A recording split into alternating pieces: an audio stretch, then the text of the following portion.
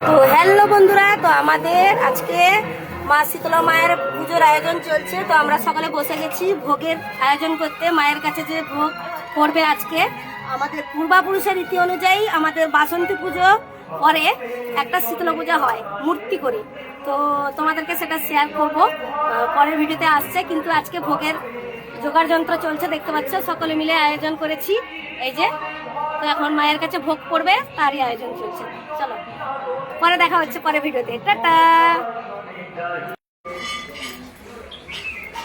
তো আমাদের ভোগে এখানে হয়েছে কাঁচকলা ভাজা আর পটল তরকারি, আর এখানে চাটনি, এখানে শাকের তরকারি, আর এখানে শাকের আনাজ কাটা হয়েছে, এখানে কুমড়ো ভাজা, ঢেঁড়স ভাজা, আর হচ্ছে বেগুন ভাজা, উচ্ছে ভাজা, ছোলা সিদ্ধ, আরও ছোলার ডাল, লুচি।